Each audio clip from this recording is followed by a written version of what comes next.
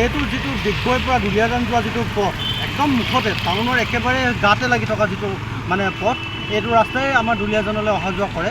এই ৰাস্তাটো আজি দীৰ্ঘদিন ধৰি কোনো মেৰামতি কৰা হোৱা নাই, যাৰ ফলত আজি ৰাস্তাটো ইমান বেয়া অৱস্থা হৈছে যে যিকোনো মুহূৰ্ততে ইয়াত এটা ডাঙৰ দুৰ্ঘটনা সংঘটিত হ'ব পাৰে।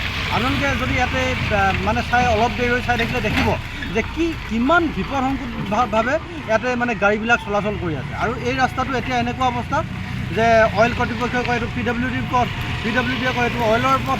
এনেকুৱা ধৰণৰ এটা কনফ্লিক্টৰ মাজত থাকি এই পথছোৱা মেৰামতি কৰা হোৱা নাই।